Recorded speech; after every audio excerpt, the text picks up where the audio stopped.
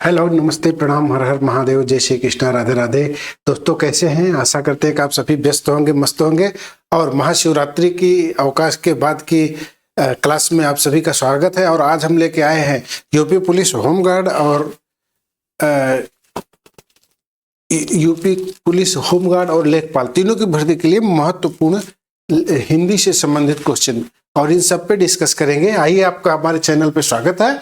और ये आप जानते होंगे पहले से कि जैसा कि विजय ग्लोबल स्टडीज एक तेजी से उभरता हुआ एजुकेशनल प्लेटफॉर्म है, जहां पे हमारी बहुत सारी क्लासेस संचालित होने का टारगेट है। यूपीपी एग्जाम, एसआई का, कांस्टेबल का, यूपीएससी का, यूपीपीएससी का और भी तमाम एग्जाम्स के लिए हम लगातार कार्यरत है।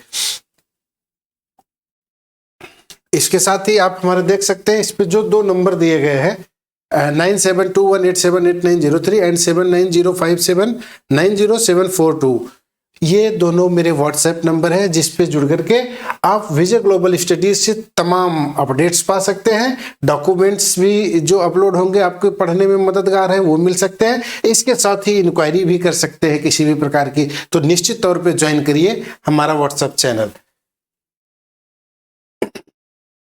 इसके साथ ही ये देखिए @Vijay global studies without any space, आप इसको स्कैन करके हमारा टेलीग्राम चैनल ज्वाइन कर सकते हैं। और टेलीग्राम चैनल भी ज्वाइन होने पर विजय ग्लोबल स्टडीज की जो फ्री नोट्स हैं, जो फ्री पीडीएफ्स हैं और जो क्विज है, वो सब आपको मिलेगा। तो इसके लिए भी आप ज्वाइन करिए। अगला आप देख सकते हैं कि ये हमारा ऐप है, विजय ग्लोबल स्टडीज ऐप है। इसको डाउनलोड कर सकते हैं आप, और डाउनलोड करने के बाद आप इससे भी पढ़ाई पढ़ सकते हैं अपनी, है ना। और ये हमारा जो ऐप है, डाउनलोड होने पे ऐसा कुछ इसका फीचर्स दिखेगा।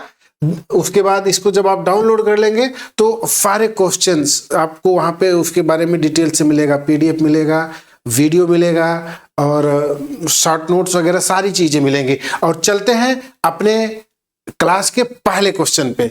पहले क्वेश्चन पे डिस्कस करेंगे। हिंदी की बहुत बढ़िया क्वेश्चन है, एक एक क्वेश्चन पे डिस्कस करेंगे। अभागा सुख से वंचित रह जाता है के अर्थ के लिए सही लोकोक्ति क्या है? अभागा सुख से वंचित रह जाता है, इसके लिए सही लोकोक्ति क्या है? बताने का प्रयास करिए आप लोग। अभागा सुख से वंचित रह जाता है, इसके लिए आपको बताना है कि कौन सा ये लोकोक्ति सही है। अंधा बछड़ा कीचड़ खाए, अंधा बटेर कीचड़ खाए, अंधा बकुला कीचड़ खाए, अंधा कबूतर कीचड़ खाए। बताइए। तो ये देखिए, ये होता है ना कि जैसे जो अभागा है, अभागा को सुख नहीं मिल पाता है, तो उसके लिए बोला जाता है अंधा बकुला कीचड़ खाए। ठीक है। जैसे बगुला को सामान्यतः जो है मछली मिलती है जल में, लेकिन अगर उसको नहीं दिखाई दे रहा है तो वो बार बार मछली का कंसेप्ट दिमाग में लेगा, लेकिन खाएगा कीचड़ ही, है ना। तो ऐसे ही जो अभागा व्यक्ति है उसको कोई सुख मिल नहीं पाता, क्योंकि उसको जो देखने की शक्ति है वो होती नहीं। इसीलिए ये ऐसे लोगों के द्वारा कही गई है, मतलब आम बोलचाल की भाषा में लोगों ने एक उदाहरण दिया है, उसका ये सेंस होता है। तो चलिए, अभागा सुख से वंचित रह जाता है अर्थ के लिए जो सही लोकोक्ति होगी वो अंधा बकुला कीचड़ खाए। चलते हैं नेक्स्ट क्वेश्चन पे। गमन शब्द को विलोम बनाने के लिए किस उपसर्ग का प्रयोग करेंगे? है ना। तो गमन शब्द का विलोम बनाने के लिए, गमन का मतलब जाना, आगमन का मतलब आना ना, तो आप इसको कॉमन सेंस से भी जान सकते हैं। लेकिन अब देखिए, उपसर्ग बनाना है तो उसका मतलब है कि प्रीफिक्स है। प्रीफिक्स है मतलब शब्द के पहले लगेगा। शब्द के पहले इसमें आप अगर लगाएंगे गमन का विलोम बनाने के लिए, तो अनुगमन जो है वो विलोम नहीं है, उपगमन कोई शब्द ही नहीं है। ठीक है। आगमन, गमन जाने को बोलते हैं, गमन मतलब जाना, गमन मतलब जाना, और आगमन का मतलब होता है आना। तो अब आप इसमें देखिए ध्यान से, आगमन का मतलब आना, एक दूसरे के विपरीतार्थक हैं। तो अब आप यहां पे देखिए हमने किया क्या कि गमन के आगे आ जोड़ दिया। क्या जोड़ दिया? आ। आ यहाँ पे क्या है, उपसर्ग है, ठीक है। तो इसी उपसर्ग को जोड़ करके हम गमन का विलोम बना सकते हैं। आ उपसर्ग जोड़ देंगे तो हमारा ये आगमन हो जाएगा, ठीक है। जरूर समझ में आया होगा। इसी के साथ अगले क्वेश्चन पे चलते हैं। निम्नलिखित में कौन सा शब्द संबंधवाचक सर्वनाम है? कौन, जो, कुछ, आपको, इसमें आपको बताना है कौन है। देखिए इसमें जो संबंधवाचक सर्वनाम है, संबंधवाचक सर्वनाम होते क्या है? जो किसी भी संज्ञा या सर्वनाम के बीच में संबंध को व्यक्त करते हैं, ऐसे शब्द संबंधवाचक सर्वनाम कहलाते हैं। अब देखिए जैसे जो, सो, हाँ, वे, ये सब क्या है? ये सभी संबंधवाचक है, लेकिन इसमें जो सही है ना, जो, सो, ये संबंधवाचक सर्वनाम में आता है, ठीक है। चलते हैं नेक्स्ट क्वेश्चन पे। कारक के कितने भेद होते हैं? अभी आपको पढ़ाया जाता है ना, संप्रदान कारक, अपादान कारक, तो सारे कारक आपको पढ़ाए जाएंगे, बट यहां पे आप ये तो जानते रहिए कारक के कितने भेद हैं। तो कारक के 7 भेद हैं। कितने भेद हैं? 7 भेद हैं। कारक कितने प्रकार का होता है? तो कारक 7 प्रकार का होता है ना। चलिए नेक्स्ट क्वेश्चन पे चलते हैं। इनमें से किसके रचनाकार तुलसीदास जी नहीं हैं? खुमान रासो, कवितावली, रामचरितमानस, विनय पत्रिका। इसमें से कौन की रचना तुलसीदास जी ने कही है? देखिए कवितावली की रचना तुलसीदास ने की है, रामचरितमानस की रचना तुलसीदास जी ने की है, विनय पत्रिका की रचना तुलसीदास जी ने कही है, जबकि खुमान रासो ये दलपत सिंह के द्वारा रचना की गई है, और ये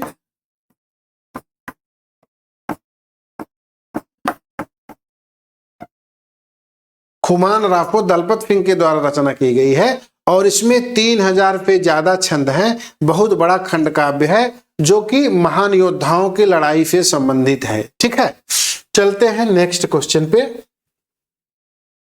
ए का उच्चारण स्थान कौन सा है? ए कहां से उच्चरित होता है? ओठ से, कंठोष्ठ से, दंतोष्ठ से, कंठ तालु से। तो देखिए ए जो है, ए जब आप फील मतलब उच्चारण करेंगे उसी समय फील भी करेंगे, तो आपको समझ में आएगा कि ए का जो उच्चारण है वो कंठोष्ठ से होता है। कहां से होता है? कंठोष्ठ से होता है। चलिए नेक्स्ट क्वेश्चन पे। स्वर्ग, पृथ्वी, हरिण किस शब्द के अनेकार्थी हैं? स्वर्ग, पृथ्वी, हरिण किस शब्द के अनेकार्थी हैं?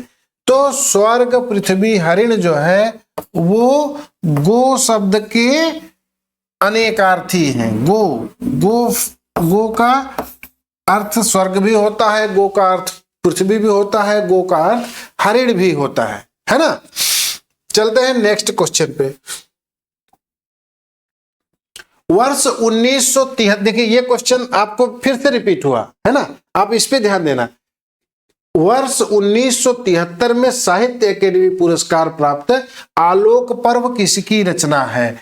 1973 में साहित्य अकेडमी पुरस्कार प्राप्त हजारी प्रसाद द्विवेदी की रचना है। किसकी रचना है? हजारी प्रसाद द्विवेदी की रचना है, ठीक। इसके साथ चलते हैं नेक्स्ट क्वेश्चन पे।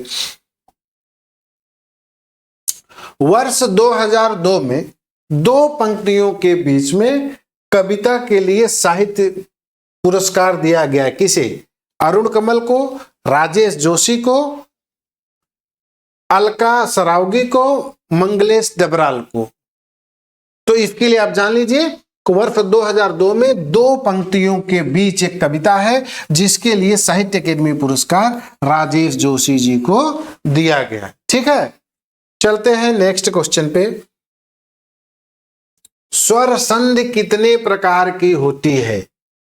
स्वर संधि कितने प्रकार की होती है? 5 प्रकार की, 2 प्रकार की, 3 प्रकार की या 4 प्रकार की? तो जब स्वर से स्वर मिल करके कोई संधि बनाती है तो वहां पे स्वर संधि होता है, और स्वर संधि के 5 भेद होते हैं। कितने? 5 भेद होते हैं। तो यहां पे आपका क्वेश्चन सही हुआ ए। ठीक है। वह घर से बाहर गया, इस वाक्य में कौन सा कारक है आपको बताना है।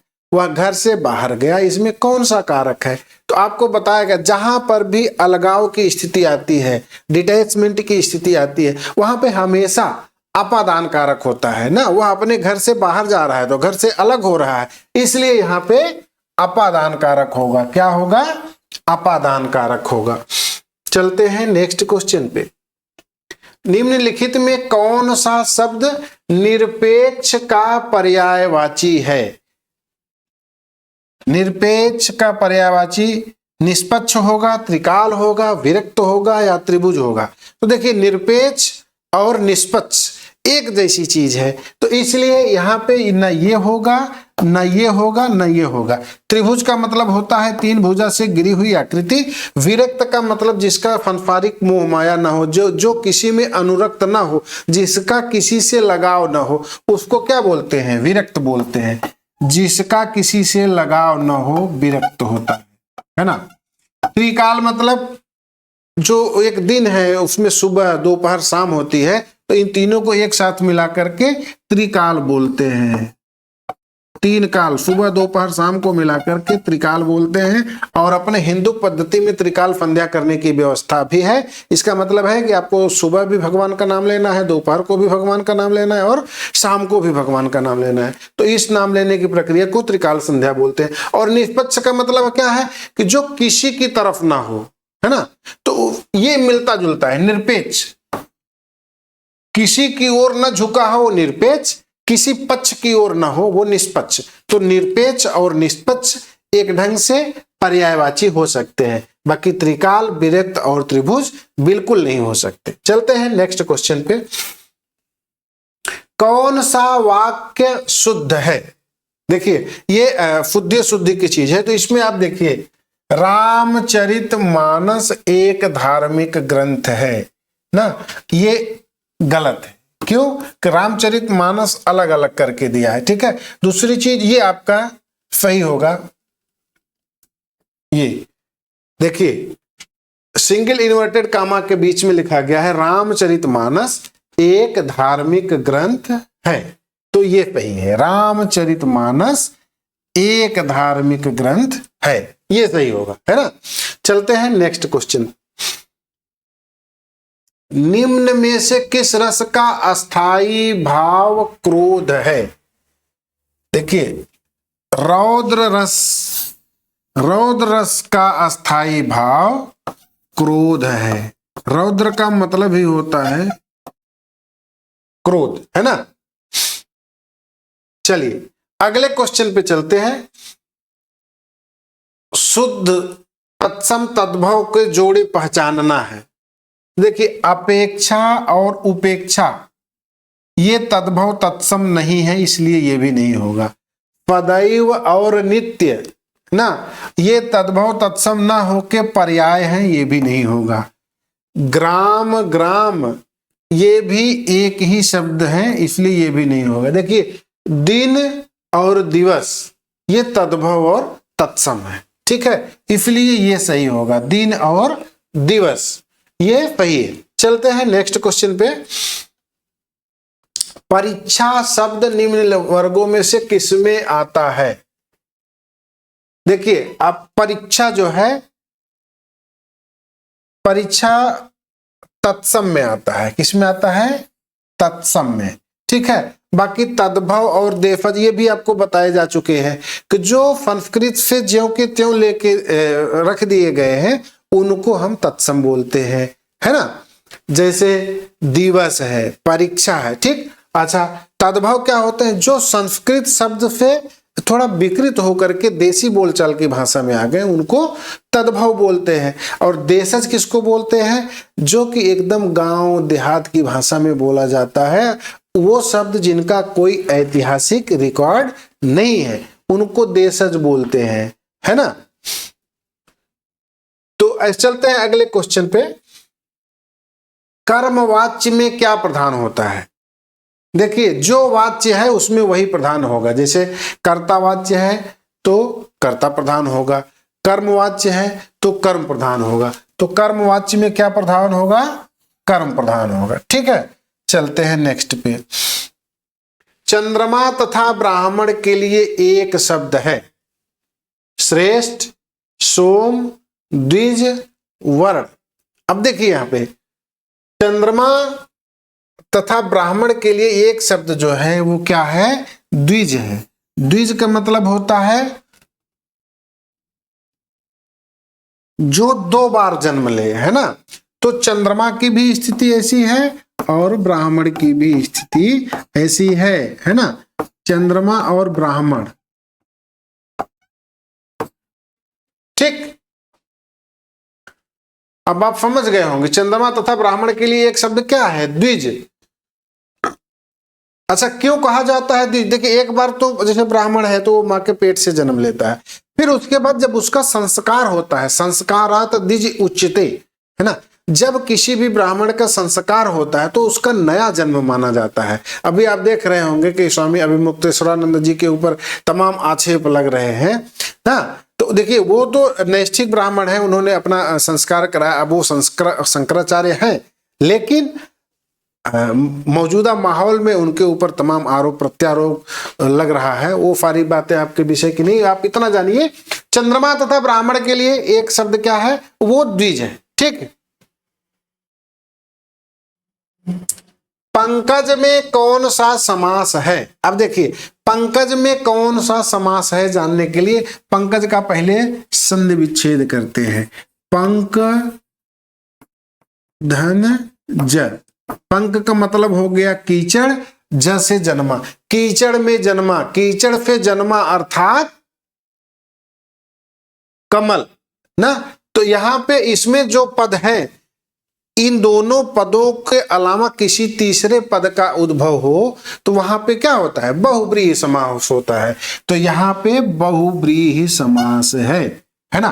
पंकज में कौन सा समास है, बहुब्रीहि समास है, क्योंकि पंकज दोनों को विच्छेद करने के बाद इन दोनों से हटके एक थर्ड पार्टी आ रही है, मतलब जो कि कीचड़ से जन्मा हुआ है, तो वो क्या है, कमल है ना। तो इसलिए यह पे बहुब्रीहि समास होता है। चलते हैं नेक्स्ट पे।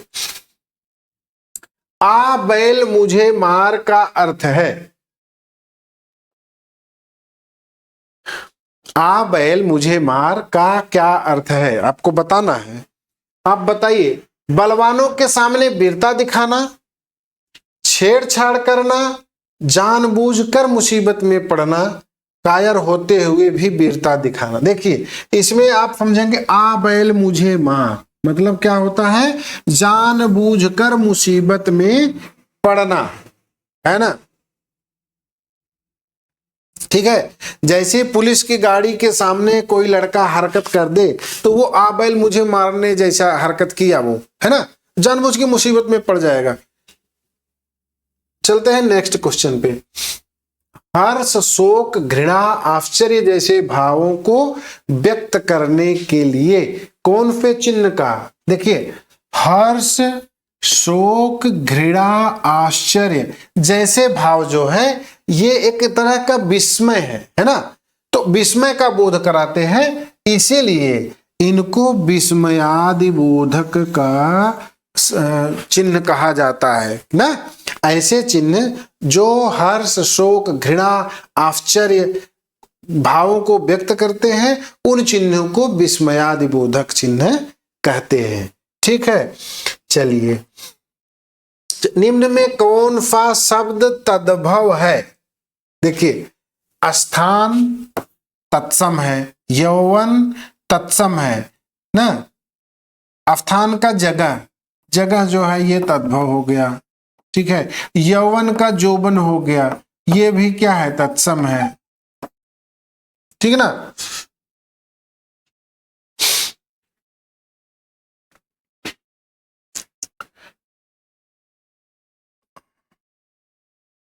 ये भी मतलब तद्भव है। निर्जर, निर्जर का मतलब होता है एकांत, ठीक है ना। अब देखिए जीव, जीव क्या है, सॉरी जीव, यहां पे जीव होना चाहिए। जीव क्या है, जीव जो है वो तद्भव है और इसका तत्सम क्या होगा, जिह्वा। ठीक है, इसी के साथ ही आज की क्लास यहीं पे खत्म करते हैं और आशा करते हैं कि आप लोगों को पसंद आई होगी। अगर किसी भी प्रकार की असुविधा महसूस हुई है या कोई अच्छा लगा है तो आप जरूर कमेंट करिएगा और इसके साथ अब रेगुलर बने रहिएगा, क्योंकि अब जल्द ही हम आपके लिए सभी रेगुलर क्लासेस लेके आ रहे हैं। हर सेगमेंट में चार क्लासेस चलेगी। स्टैटिक जीके जीएस चलेगा, इसके बाद हिंदी की क्लास चलेगी और मैथ की क्लास चलेगी। तो आप लोग ऐसे ही हमारे चैनल पर बने रहिए। हम आपके साथ हैं, आपका सहयोग की अपेक्षा रखते हैं। धन्यवाद।